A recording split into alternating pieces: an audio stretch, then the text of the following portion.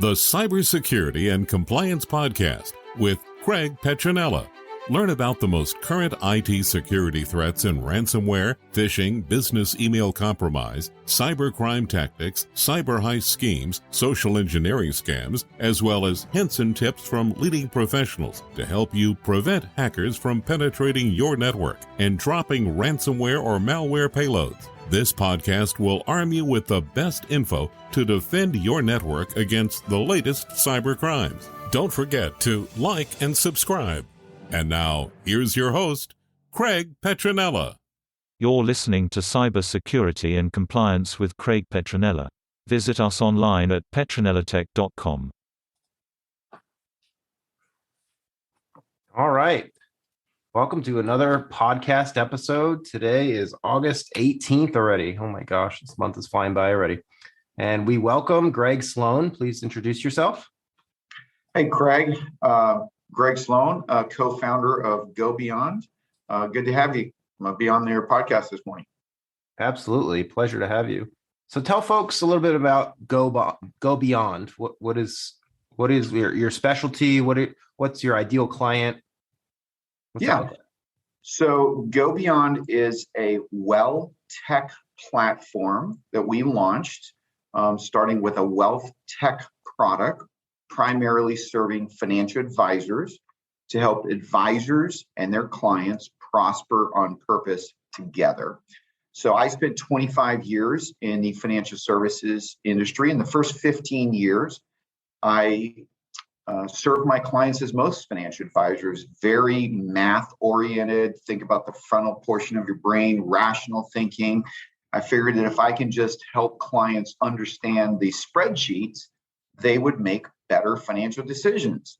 And it worked for the most part, but every so often, clients would make irrational decisions, and I couldn't understand why. In 2007, after 12 years in the industry, I left the firm I was with, which was a subsidiary of Goldman Sachs, because I wasn't fulfilled. I just didn't feel like I was pursuing the purpose that I was designed for and why I was on this planet. And I launched my own firm. And in 2007, I made a horrible financial decision, a near fatal financial decision. I sold 50% of my firm to the wrong partner. And what I learned through that process and unwinding that partnership over the next 2 years was I did the same thing that many of my clients were doing, was I was making a financial decision, not with the frontal portion of my brain, but with the emotional and even the primal, what some would call the lizard brain. Right. So when you think about stress, our bodies are designed to get to this point of fight or flight. And if you all remember what 2008 and 2009 was like in the market, sadly, yes. Not a great time to launch a financial planning firm. And so I took on a business partner who I thought was the right business partner. It turns out, in retrospect, it was a very emotional decision. It was candidly one of the worst decisions in my life. And financial decisions. And in 2010, after I unwound the partnership, I realized that I wasn't the only one that was suspect to these types of decisions. In fact, many of my clients were doing the same thing. And so I started incorporating psychology, specifically as it relates to behavioral finance, as well as a new wave of psychology called emotional intelligence. So most of us are trained and skilled and educated for intellect. I was a finance major, MBA in finance, so it was very math oriented. And what I learned through that process was you have to incorporate the other two parts of your brain, the other two sciences, what I call the sister sciences of psychology and neuroscience, which is what we've done in Go Beyond. So every financial advisor says they can help clients reach their goals, these financial goals that we set. If that's what you're pitching as an advisor, you're not unique. That's not special. Most claim to help clients chase their dreams, but only a select few can help clients to pursue their purpose. And so let's go beyond portfolio management. Let's go beyond planning. Let's integrate purpose into your financial decision making. And so that's what we do at Go Beyond. Awesome. Well, congratulations for going out on your own and making a new path for yourself. I think that's awesome. So I commend you for that. Sorry about the bad experience with the partner. I've heard that finding a financial or business partner is harder than finding a marriage partner. So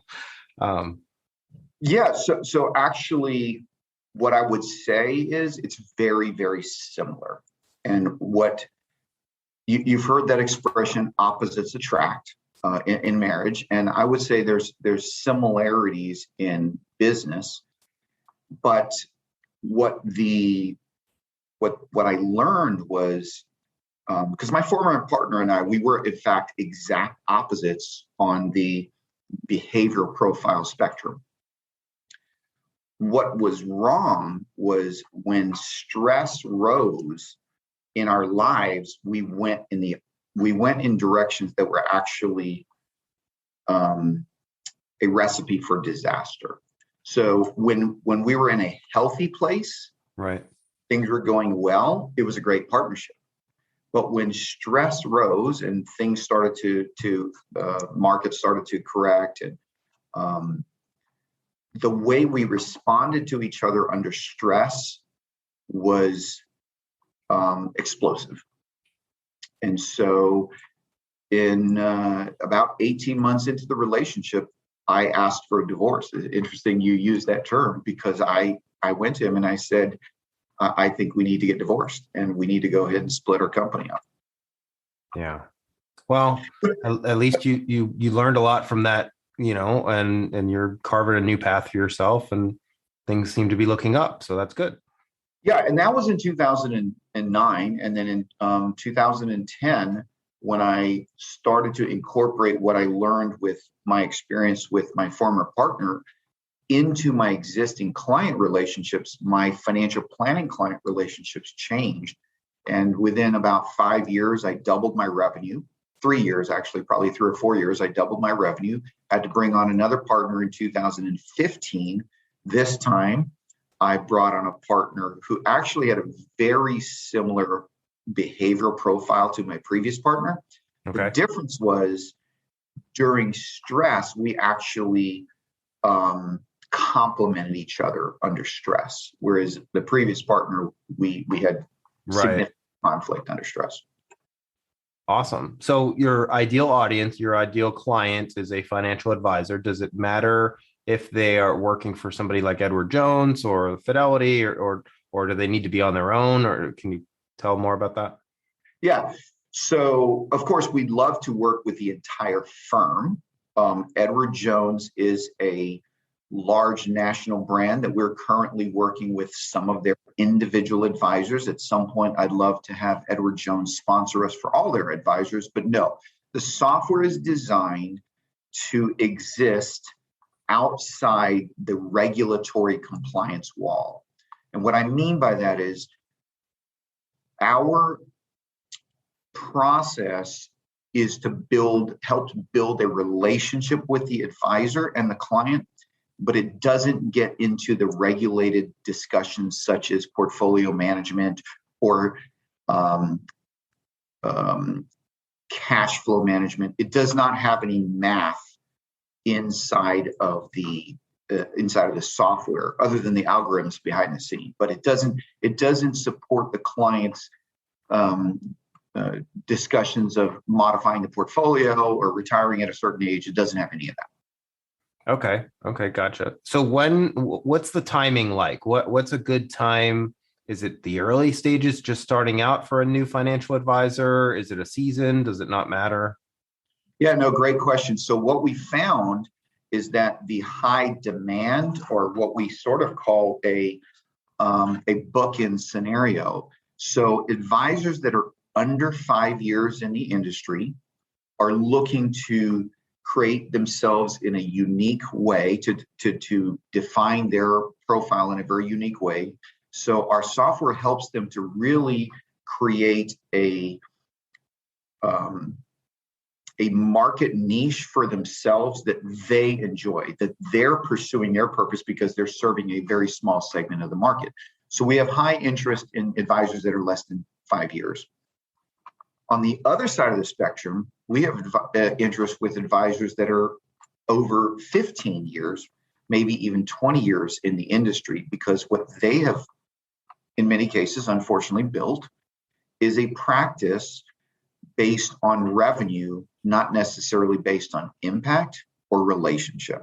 And so I was in this place. After 15 years, I looked at the client portfolios that I was serving, the individual households that I was serving. And really, there were certain clients I just didn't enjoy working with.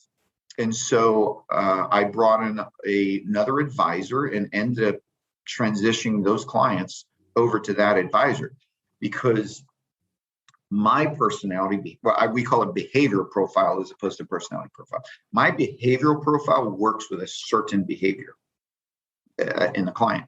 And so seasoned advisors, mature advisors can use our software to help them understand what is their ideal client that they want to continue serving for the next 10, 15, 20 years. If you've been in the industry for 15, 20 years, you don't have 30 years ahead of you.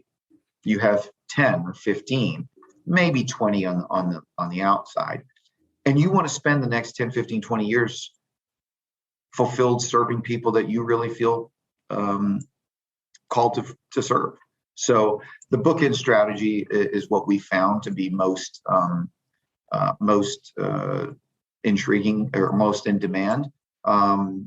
So it's under the age of 30 and over the age of 45. Okay, interesting. So what you were just talking about reminds me a lot of the Pareto principle, the 80-20 rule.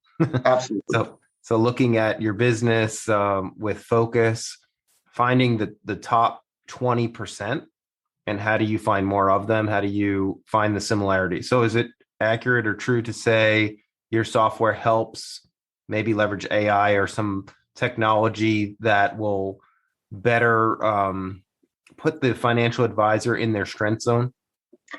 Yeah, great question. We are not leveraging AI yet. That is the future, and that's where we're headed. Today, the exercises are manual. So we will ask questions that the advisor will answer, and those answers will create the parameters or create the profile. So for instance, for myself, I serve third quarter executives and entrepreneurs, typically married with children or their children have children. In other words, they're grandparents. Right. And And they've already found success in their life, but they're looking to find significance and make an impact, particularly on the next generation. So that was the profile of client that I served when I was an advisor. And that's still the profile that I serve today, except my client is now the financial advisor as opposed to the corporate executive. right. So one of the data points or the data that we're collecting is the profiling match. And what we believe, because I sold my firm in 2020. I don't know if I mentioned that. And when I sold my firm, it was not an 80-20, right? It was actually probably more about a 60-40, where 60% of my clients fit the right profile. Well, if you're a buyer of any business, the higher percentage of ideal clients will increase the value of the firm. And Sure. so what we believe is going to happen in the future as advisors begin to think about their own succession planning and their own exit strategies is that if they have a client portfolio that has a high percentage of ideal clients, that is going to be worth more to the ideal buyer. The firm that bought my firm was looking for third quarter executives that were 5 to 10 years away from retirement that had a tremendous net worth upside. Well, that was my client base. And so I got a slight premium when I sold my firm. That's awesome. Well, congratulations. So it sounds like Go Beyond, your firm, helps financial advisors raise the value of their practice too. We believe it will. So we don't have those metrics yet, but that is definitely some of the metrics that we are capturing. And I believe within 2 to 3 years, we will be able to say to an advisor, when you present your firm to potential buyers, here's why we think you can ask for 5, 10, or 15% higher than the going rate at the time, because markets will move up and down, right? We don't know what the exit metric is going to be. The way advisor firms are sold today is sold at a multiple of revenue. Right. We think in the future it's going to be a multiple of EBITDA. But in my case, I think I got about a 7% premium when I sold at the time of the market. When I just compared my firm to the market rate, I got about a 7% premium. Now, 5 years from now, it doesn't really matter what the EBITDA multiple is. If you can get a premium over that multiple, you can get a premium. Gotcha. So it sounds like the first front end piece is kind of coaching based with some human analysis in the front end. So tell me more about what that looks like now. How long does that take for the financial advisor to go through? Because I'm sure that's probably a question that's in their minds. So really, we're selling two things separately. One is a certification program, which helps the advisor to become more of a coach. And that's called a Certified Purpose Mentor program. We're actually revamping the program. It's going to be a 12-week program. The last time we did it, it was a 6-week program. And what we learned was it was too much material in too short. It was too intense. And many of those graduates are still struggling with absorbing the material. So we're lengthening we're doubling the length of time, and we're shortening the exercises. And then we're also going to send them through the program in pairs. So you will have a learning partner with you. So that's a 12-week program.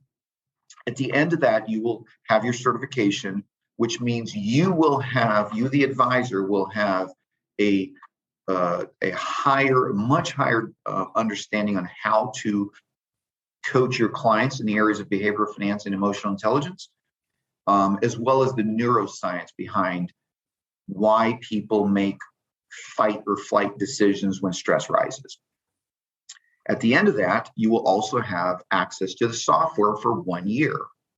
And that software will include licenses where you can actually start taking your clients through Go Beyond so that you can understand their profile. Now, what happens is the client gets the login, answers a series of questions. You, the advisor, don't get to see their answers. What you get to see is the snapshot report that is produced at the end of the answers. The questions and answers that the client answers are private. Of course, the client could share that with you. And our experience is the clients that have a deep relationship with your advisor will say, you know what, you already know a lot of stuff about me. I want you to hear why I answered this question, why I believe that I'm uniquely, these are my gifts in life, why I believe that this is the group of people I want to help with my investment portfolio. So those are some of the questions that we ask. Why my dad inspired me, and this is the way my dad inspired me. So the advisor would get to see the snapshot report and would get to see the questions if the client allowed them to have that. Now they have a single profile. And when they're communicating back and forth about an investment portfolio, retiring within 3 years, or sending their child to college and paying a certain amount, the advisor will have a deeper understanding of why this is so unique to that particular client. I'll give you a story. One of the clients that did go through this with me back in 2000 and maybe 13-ish, 2014. She was a retired, both husband and wife went through it, but the wife was the primary contact. And she came up with a purpose statement that sounded something like this: my purpose in life is to help others essentially improve or live a more integrated life. And so she was a real estate investor. And one of the things that she was interested in doing was reducing the number of real estate holdings. So I think she had about 40 pieces of property that she was managing. Their net worth was almost all rental real estate. And by looking through her lens of purpose, we created a goal to sell off 30% or 40% of her real estate in one shot, which was a very challenging exercise. And we ultimately pulled it off in about 2017. It took a few years, but we accomplished something called a 1031 exchange, where we swapped her property for another property. But the point is that we were able to set this financial goal and attack this goal, because by getting rid of some of her properties, she was going to be able to pursue what she believed in life was more purpose-centered for her. And it required her to get rid of property. And so we ultimately did that. If I didn't understand that about her, I may not have helped her accomplish that, because from a investment perspective, the real estate was producing high cash flow for her. And so she ended up swapping high cash flow real estate for low cash flow, in fact, negative cash flow real estate that had tremendous growth upside. But the high cash flow real estate required a high amount of her time and energy. Right. And she wanted to have more of her time back. Sure. But avoid the taxes. So we did a swap. Very cool. So it sounds like what you have is quite unique and creative. Yeah, so I would say it's definitely creative.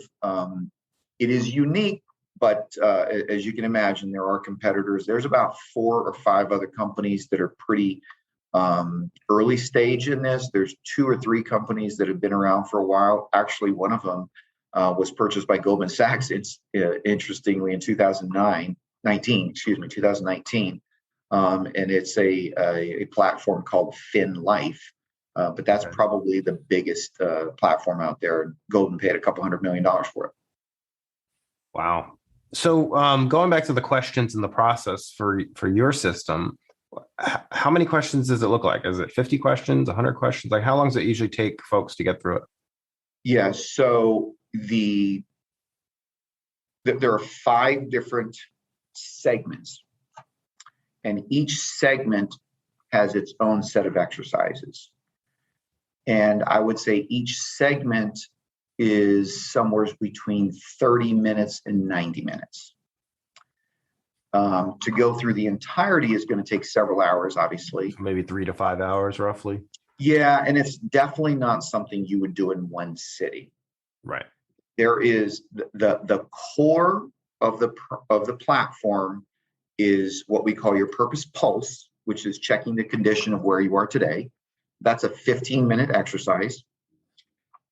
And then the next core of the exercise is called, we're actually changing the name, we're calling it GDP, Goals, Dreams, and Purpose. And that is about a 45-minute exercise. So the core of the platform is about 60 minutes. But when you add it all together, to get through the whole thing is probably 3 to 5 hours. Okay, cool. Not too bad. And I would suggest individuals go through it probably over a 30-day time frame. Okay. It's not something you would do. You could do it in a week and you could do it in one day, but we believe that the time to process the information between each sitting is really valuable time. I had a beta tester go through it last week. It's I think she's a 24-year-old young lady. And she emailed me after she went through it the first time, and she said, "Boy, I've never had these questions asked to me, and I'm still processing, but it's helped me to understand." So we ask users to do a 60-second scores, 10 questions, takes 60 seconds, called Purpose Score, and it will quickly tell you how aligned you believe your life is with your purpose. And it's a score of 0 to 6, and average score is about a 3.5 to 4. And then we ask you to go through the exercises and then go back and take that test again, 60 seconds. And as in this young woman's case, she moved up from a 3.6 to a 3.9 just by going through a couple of the exercises, because once she was able to articulate a draft of her life purpose statement, her life became more clear just going through that exercise. And That's pretty cool. She began to understand why she made the decision she made to quit her job and start a different job. So she was a middle school teacher, and she now works in software. Very cool. That's cool. So is there a financial advisor that's not a good fit for your program? What we have found, and I was in this place myself, when I was somewhere between 5 and 15 years in the industry, I thought I knew it all. You probably couldn't have told me that I could have used more training, because I really was doing well in my career. I was making a lot of money, and I really thought I had my stuff together. So what I found is individuals that are in that span are a little harder to convince that they don't know it all. And I understand that. So it's not that they're not a good fit.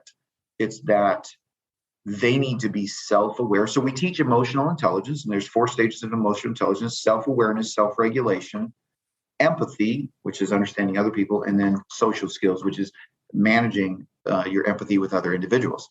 And the reality is there's a period in our brain development where we really are in the mode of just executing. And that typically happens in your late 20s to probably up through your 40s. So I would never want to say no to a 35-year-old. But I think the 35-year-old, most of them might say no to us. Interesting. So it's kind of like that middle band that you mentioned earlier. That middle band. And so the way I would describe it is we invest our marketing on both sides of the spectrum. We don't market in the middle. We market right? for the early, and we market for the late. Yeah, that makes sense.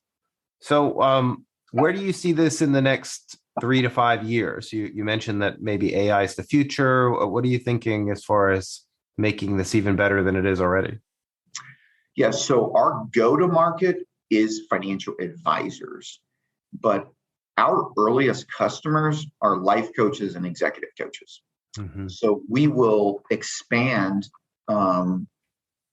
deeply into the executive coaches, life coaches, executive coaches, health coaches, and business coaches. When you add that to the financial professionals, that's about 1.2 million individuals between US and Canada. But the future really is enterprise. And that may actually happen sooner than we expected, because we're in early discussions with an enterprise partner where they would bring financial wellness and inclusion to employees that are probably below the income and net worth spectrum that they could hire a financial advisor or even a coach. Right. So these are folks that are probably less than $100,000 a year, maybe even less than $80,000 a year. And so we're talking with a firm that they would deliver our content through their employer under a financial wellness program and financial inclusion program. And once we get there, the sky's the limit. as I mentioned, we're a wellness platform or a wealth tech platform. We're just launching as a wealth tech product through financial advisors. So if you really want to understand the psychology behind it, if you're familiar with Maslow's hierarchy, Abraham Maslow was a psychologist that created a hierarchy back in the, I think, 50s and 60s of 5 different levels. And what he believed at the time was that self-actualization was the peak of the pyramid. Do you remember that? Self-actualization. What most people don't realize, and I didn't know this myself, I graduated college in the 90s. Self-actualization was still taught as the peak of the pyramid. Abraham Maslow changed his mind before he died. And he found that there's a higher level and what he called self-transcendence. And it's really simple. Once you have self-actualized, you simply want to turn around and help someone do the same. Right. The old concept of paying it forward. He called it self-transcendence. We might call it paying it forward. But psychologically, in fact, our neurobiology is designed to serve other people and help other people achieve something of success. So you think about a baseball player that goes on to play a professional and may even win a World Series. Right. And he gets brought back as a coach. Yeah. And then he helps his team win a World Series. And then go ask him which one of these two would he be willing to give up. He might be willing to give up the individual, maybe not. But the point is that we are designed at a biological level for something that neuroscientists now call, or well, they've always called it, but it's eudaimonic decision making or eudaimonic activities. And eudaimonic activities are simply little less self-centered. This is where you serve your fellow human being. And so purpose is about serving other people. By definition, purpose is other-centered activities or other-centered living. And so the future is probably, it includes a direct-to-consumer model. A business to consumer. It might be in the form of a downloadable app on the App Store. Sure. It might be in the form of just going to a website, but it's probably a direct to consumer. Very cool. I like it. I think it's awesome. Well, congratulations. Thank you. Thank you. So anything else that you'd like to educate financial advisors on, since that's the vertical of choice for go-to-market at the moment? Yeah, and it's the vertical of choice, not just because I'm a financial advisor or I spent 25 years in that space. It's the vertical of choice because in order to live a better life, you have to make better decisions. And there are 2 key decisions that we believe lead to a better life. Number 1 is make better health decisions. Eat better, sleep better, exercise, because if you feel better, you live better. And then the second, maybe equally important, is make better financial decisions. And so what we say is better health, better wealth, better life. Awesome. Well, thank you so much, Greg. I appreciate you being a guest on our podcast. You're very welcome. How do people reach you? Can you give us your website, your phone number, or what's the best way to do it? Yep, the website is simply www.trygobeyond.com, TRY, gobeyond.com. You can find us on Twitter. You can find us on LinkedIn and Instagram as well. My email is Greg, Greg, at trygobeyond.com.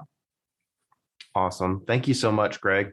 Thanks for listening to yet another episode of Cybersecurity and Compliance with Craig Petronella.